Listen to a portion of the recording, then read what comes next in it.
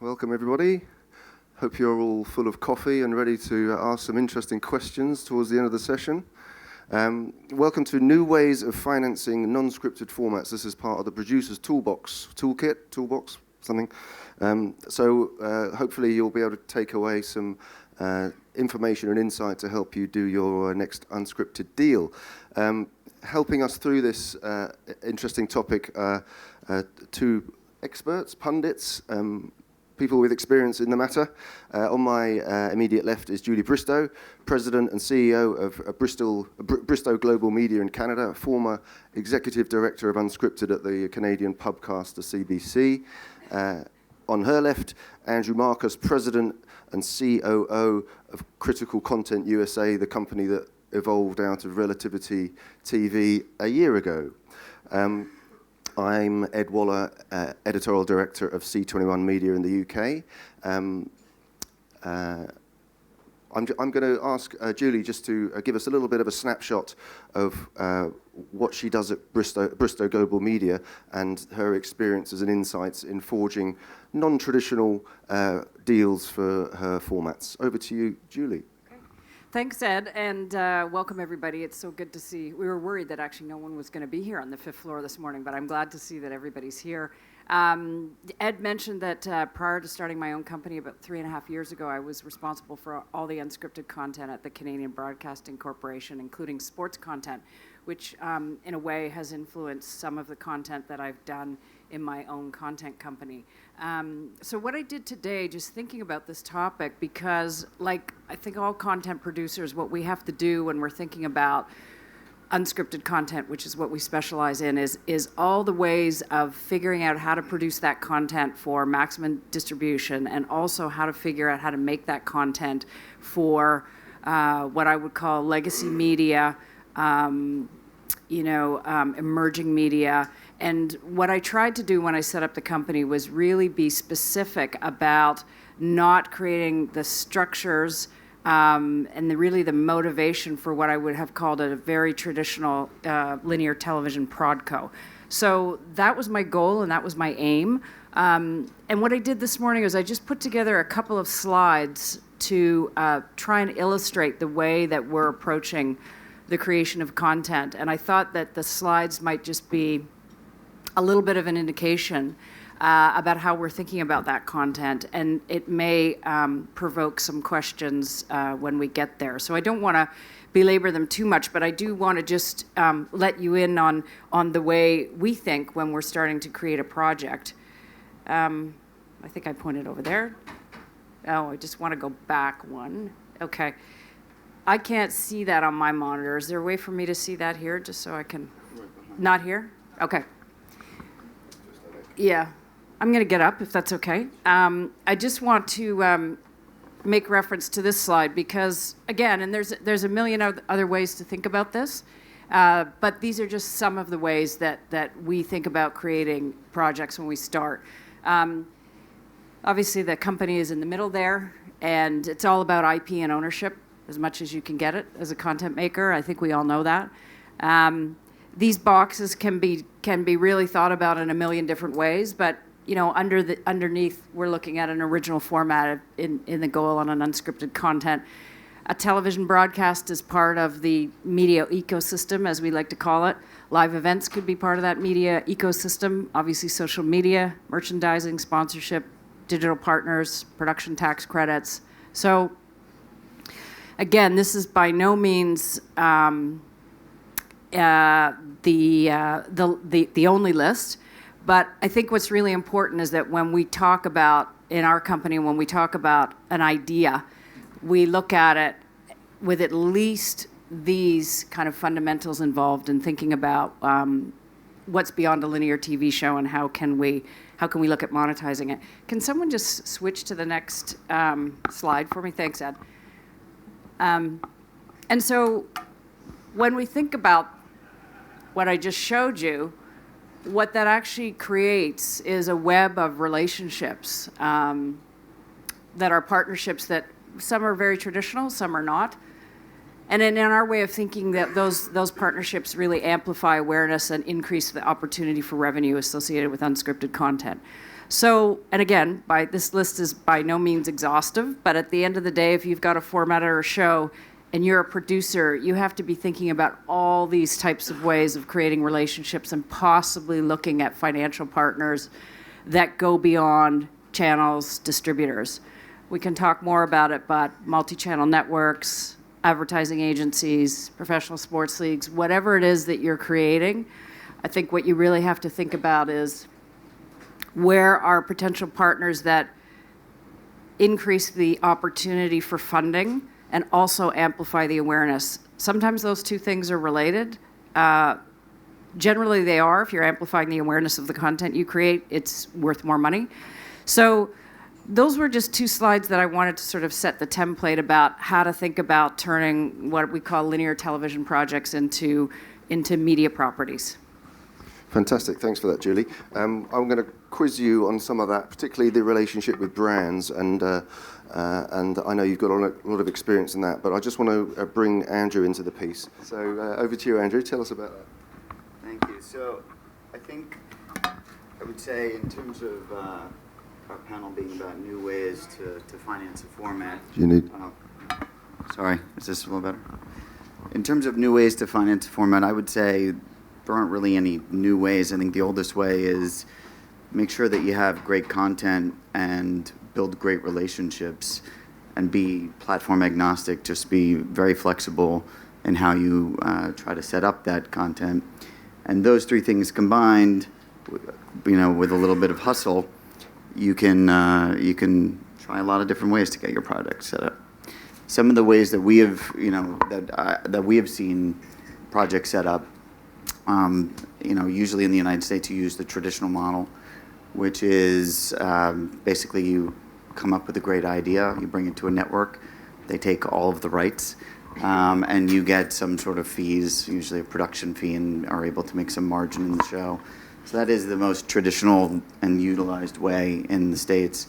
But there are a lot of ways that you can, if that doesn't work or if that's not your choice, and you want to retain rights, there are ways that you can go about setting up projects. Some of those are splits rights deals. Splits rights deals, at least as I describe it, is typically when you have one or more networks or parties coming on. Usually it's two if you're ideal. And what that does is it allows the US network or your local network, whomever it is, to pay for a piece of the entire budget rather than the entire budget. And so you're sharing that budget ideally either with a global player such as a Netflix or an Amazon or some other online platform that is buying globally. Or you may in fact just work with a distributor who can come in and finance against the international rights, and that sort of bleeds into co-financing, which also is another way of making it cheaper for a potential network in your local territory, rather than having two networks who are sort of creating a co-production. What you would do is set up for the local network at some piece of the budget that is smaller than the whole, and then bring in an international distributor who can give you an advance, ideally an advance that covers that budget, and allows you to have the full budget to make that content. You can also bring in equity. We've done that from time to time, where you can come out of pocket, or you have investors that will come out of pocket and take some risk against the budget, and for that, they will hopefully get that capital return by selling rights, whether it's additional rights in your local territory or international rights. Ideally, you'll be shooting that in a place that is government supported. So tax incentives or subsidies of some kind can also be helpful in supplementing budgets and hopefully making it a little bit easier to get on screen with whatever content that you have. Another way to go, nobody says that television is the only way to get your format up and running, or that it should be the ultimate place for your format. We're experimenting a lot and spending a lot of time thinking about digital, and certain pieces of content are really better in the digital space than they are on linear television. That said, we're also taking formats that are first created in the digital platform and utilizing those as a proof of concept to bring those to the screen. So it's a great way to showcase your content and showcase your format, build an audience, hopefully, then, and a proof of concept piece of IP that you can then bring to a network and hopefully fund it in one of those different models. And the final methodology that we are experimenting with a bit is brand funded. We've done, a few of these projects. It's talked about quite a bit. Branded content is talked about, I think, more than almost any other form of financing. We found it pretty difficult to do on any sort of volume basis. There are projects here or there that can get done, but there's an inherent conflict, what we found, between brands and the ad sales teams at networks that make this model pretty difficult. And by that conflict is, to the extent that these brands that would otherwise be funding your content, or that would be funding your content, would otherwise be potentially buying commercial time on those networks. The networks don't want their model to be displaced. And so they would prefer brand-funded content comes in with an ad buy. And typically speaking, that means that the ad buy, or at least the total amounts out between the content production finance and the ad sales basically doubles what they would have spent otherwise on just buying the ad time. So it makes it difficult. That said, there are certainly one-offs that can be done. Typically, it's in the digital space where they can guarantee where the digital platforms can guarantee a certain number of viewers by just driving traffic to them. It's a lot harder to do on linear television, but it is certainly done. You do see it in the sports area quite a bit, usually alongside legitimate sports events that are commercially funded. But we are moving in that direction as well, and we're making a concerted effort. Brands like Pepsi are really looking to make a big splash with their studios, and are now looking to fund quite a bit of content. And we're going to be working with them and with others in the near future. Great. Thanks for that, Andrew. A nice, insightful graphic there. Just for those of you standing there are a couple of seats up the front here if you want to make your way forward. I just want to pick up on that issue about dealing with brands, because normally when people talk about pitfalls of dealing with brands, it's editorial, because the direction of the show might not be the direction of the brand wants their content to go, that they're associating with, and that the values of the brand sometimes don't mesh with the values of the editorial. But you're raising a sort of commercial problem. Julie, you've worked with brands in terms of Walmart and Ancestry.com. What's your take on the sort of the potential of using brands as an alternate source of funding? Well, I think Andrew's absolutely right about the getting in the way. A sort of fully brand-funded proposition does tend to create some challenges with broadcasters and channels and their own sales and marketing teams. That said, I think that they're more open to, for example, we're working with LG on a television property right now, television digital property, and interestingly enough, they're much more interested in everything digital and nothing linear in terms of their investment. They want to be associated. First of all, they're the right partner for the show that we're making, because they want to be associated with the aspirational values of the women that are in the show. So the number one thing is to actually be really sure that the brand you're going to be working with understands what you've created, so your own brand, because you can tell whether they understand it or not. And if they do, then they're probably an appropriate partner. And if they do, I think there's all kinds of ways to work with channels to figure out what that deal will look like. So more often than not, recently, brands have said to me when they want to be involved in a project, we don't want to make a buy on the channel, and I have to say to them, well, that's not my decision. You're going to have to talk to the channel about that. And generally, there is a linear TV purchase associated with that. But I think from a creative standpoint and an understanding the brand, whatever the brand is of your television show or your digital content, you really have to keep hold of that, because the more partners you have involved, and those slides I showed give you kind of a constellation of the ways you can pursue financing and amplification as well. But for the content creator, you really have to have a very clear value proposition about what you've created, because the more people that get involved, the more chance there is that what you have created will actually be diminished along the road. So I guess that's one of my takeaways, is just to say, really hang on to your understanding of what you've created as you navigate your way through these partnerships. Fantastic. One of the new sources of finance for unscripted in the international market has been the move towards formats and reality by the SVOD giants.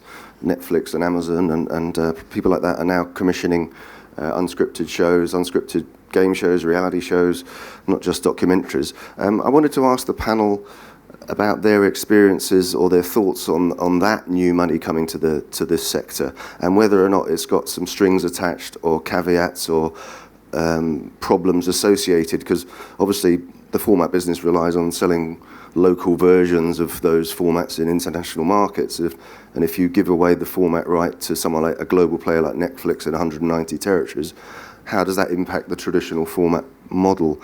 Andrew, what's your take on this? Well, for us, coming from the United States, it's a little bit easier to deal with that model, simply because the networks usually take all rights. So whenever we sell, it is, and we try to retain rights, it's actually quite a struggle. When we have a market situation, we can do it. If we bring talent to the table, we can do it. If it was from a format that originated outside the United States first and was brought in, we can do it. Or through one of those methodologies that were up before, co-financing, what have you, sometimes we can retain those rights. The broadcast networks are still actually pretty generous in terms of your ability to retain format rights. Cable networks are very, very difficult. And so right now what we're seeing is Netflix, Amazon, I can't really speak to Hulu, they're experimenting with different models. Typically speaking, what we're finding is they are buying globally. Both of those platforms are buying globally or next to globally. So sometimes you can set it up on one network and they will buy the remaining territories, whether it's rest of world outside the US or rest of world outside of the UK or France or whatever territories that you have pre-sold. So for us, it's actually not too much of an issue. It's something that we've seen time and time again. I think that you're going to see their desire to start creating local language content off of those formats. So to the extent that as part of your deal, if you are selling to a Netflix or to an Amazon, you can bake into that deal your ability to be the local producer. I think that is a way around it. So you may not be the one actually going out and retaining those rights and selling them and setting them up producer to producer, but you still can attach yourself as part of your terms. So when it does come time to set up the local language version, you can make sure that there is that creative vision that you originated with and follow along the way.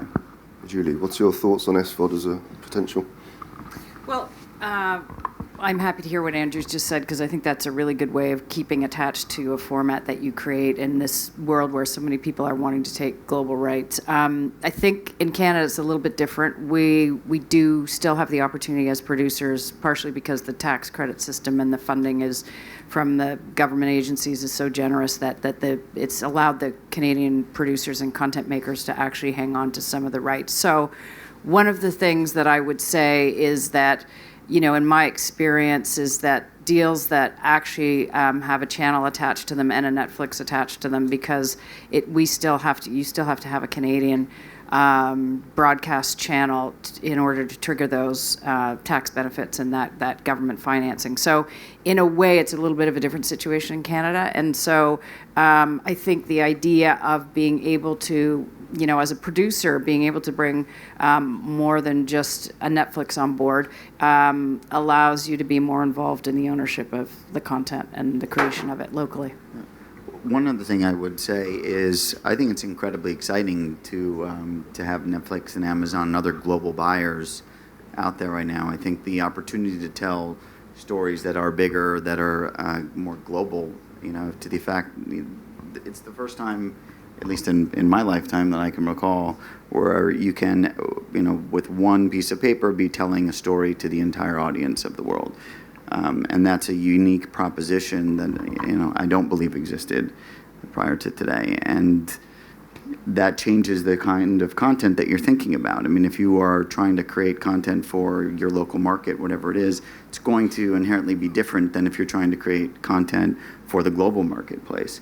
And so it allows you to think bigger. I mean, the fact is, when you're looking at Netflix resources versus a local cable budget, they have resources to really think big. So does Amazon. And so you can really come up with concepts that otherwise seemed impossible 2 years ago.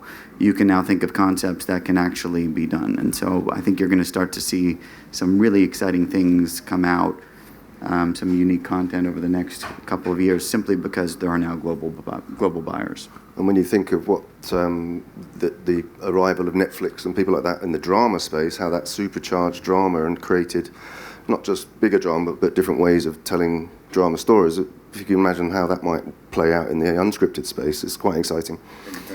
Yeah, I just want to add one thing to what Andrew said, because I think it's really important, particularly if you're in the business and you want to be in the business of creating original formats. The benefit of having these global players is that, I mean, we should be doing it anyway as creators, but ultimately what's going to work globally as a format is definitely going to work domestically. So if, you have to be creating something from the get-go that is going to have the opportunity to be exported around the world and work in every other territory. So I think it's a very good discipline for everybody to be thinking that way first. Okay, I've got time for a question or two. Has anyone got something they would like to ask our panel? There's a hand over there. Do you want to just tell us who you are, please? Hello, Spencer Thomas, Senior Producer for Global Content Development at CJE&M. When you work with sponsors, there seems to be two ways to do it. You can either go after the sponsors yourselves, or maybe they could come to you. Could you walk me through the basic two ways? Like, if you're going after sponsors, how far in advance you approach them? And then when they come to you, what are the key things to keep in mind when dealing with sponsors? Julie? Yeah, I mean, we partially, I think, because I was on the commissioning side for so long and I had a fairly good understanding of how sales and marketing divisions in large corporations worked, we go after sponsors. We go to their agencies. We go direct to sponsor. Generally, part of the creative process as we're going through the development is to be thinking who else, what other brand might want to be attached to something like this, or is there a brand out there that naturally lends itself to this? Generally, what we do is we get brand briefs from agencies or direct from the brands, and then we work those into our overall packages. There hasn't been a show that we've done since we started the company where we didn't walk into pitch with a brand attached to it. It doesn't mean they were committed to it, but it means that the intellectual property about how they would be involved in the program was already worked out. But you also have to be, in some cases, if the channel already has somebody in that category, the work's been done, so you take, Walmart out and you put somebody else in. So, essentially, from my perspective, we don't go forward with pitch materials until we've thought that piece out. Whether the channel's going to want to work with us on that or not is up to them, but as producers, we feel that's a very valuable piece of pitching. Any thoughts on the timeline for sponsors, Andrew? We found it's most effective to go right to the brand. I think going through the agency, there's too many conflicts of interest there, and the agencies, traditionally don't want you having that conversation directly with the brand. We believe that the best way in is actually through the CMOs of the various companies. We found that to be the most effective way to go.